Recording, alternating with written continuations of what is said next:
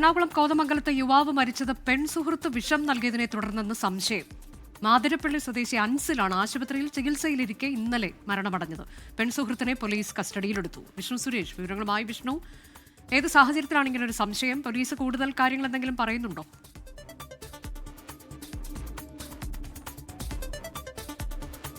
നിലവിൽ പോലീസ് കേസിന്റെ അന്വേഷണം ശക്തമായി മുന്നോട്ട് കൊണ്ടുപോവുകയാണ്. ഈ പെൺസുഹൃത്തിനെ കസ്റ്റഡിയിലെടുത്തിട്ടുണ്ട് കോതമംഗലം പോലീസ്. വിശദമായി ചോദ്യം ചെയ്തു വരികയാണ്.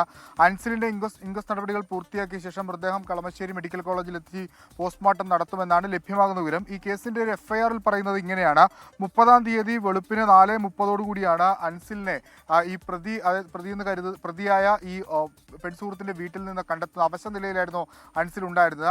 അൻസിലിന്റെ ഒരു ബന്ധുവിനെ വിളിച്ചു പറയും. ബന്ധു ആ വീട്ടിലേക്ക് എത്തുകയും ബന്ധു ആശുപത്രിയിൽ എത്തിക്കുകയായിരുന്നു. അതിനിടയിലാണ് അൻസിൽ ഈ ബന്ധുവിനോട് പറഞ്ഞത് തനിക്ക് ഈ പെൺസുഹൃത്ത് വിഷം നൽകിയതായി സംശയമുണ്ടെന്ന്. ഈ മൊഴിയുടെ അടിസ്ഥാനത്തിലാണ് വധശ്രമത്തിന്റെ നിലവിൽ പോലീസ് കേസ് രജിസ്റ്റർ ചെയ്തിരിക്കുന്നത്. ഇതിൽ വിഷം നൽകിയാണോ എന്ന കാര്യത്തിലൊരു സ്ഥിരീകരണം ഇനിയും എത്തിയിട്ടില്ല. സംശയം മാത്രമാണ് പോലീസിനുള്ളത്.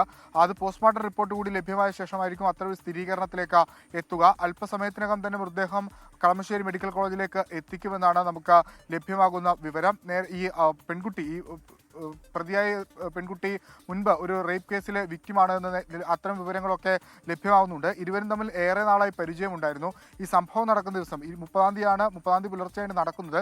29-ാം തീയതി അൻസിലും ഈ പെൺകുട്ടിയും തമ്മിൽ ചില തർക്കങ്ങൾ ഉണ്ടായിരുന്നു. പക്ഷേ പിന്നീട് അവർ അനുനയത്തിലേക്ക് എത്തിയെന്നാണ് നമുക്ക് മനസ്സിലാവുന്നത്. പക്ഷേ രാത്രി എന്തോ സംഭവിച്ചിട്ടുണ്ട്. അതിന് പിന്നാലെയാണ് ഈ വിഷം നൽകിയെന്ന കാര്യം അൻസിൽ ഈ ബന്ധുവിനോട് പറഞ്ഞത്. ആ മൊഴിയുടെ അടിസ്ഥാനത്തിലാണ് ഇപ്പോൾ കേസ് എടുത്തിരിക്കുന്നത്. ഒരു സ്ഥിരീകരണത്തിലേക്ക് എത്തണമെങ്കിൽ പോസ്റ്റ്മോർട്ടം റിപ്പോർട്ട് വേണമെന്നാണ് പോലീസിന്റെ ഒരു വിലയിരുത്തൽ. എന്നാലും പോലീസ് ഒരു 80% ഒരു മർഡർ എന്ന രീതിയിൽ ഉറപ്പിക്കുകയും ചെയ്യുന്നുണ്ട്. അനുജ, ശരി. കോതമംഗലത്ത് യുവാവ് മരിച്ചത് പെൺസുഹൃത്ത് വിഷം നൽകിയതിനെ തുടർന്ന് സംശയമാണ് ഇപ്പോൾ ഉയർന്നിട്ടുള്ളത്. ഇയാളെ അവശനിലയിൽ കണ്ടെത്തിയത് പെൺസുഹൃത്തിന്റെ വീട്ടിലാണ്.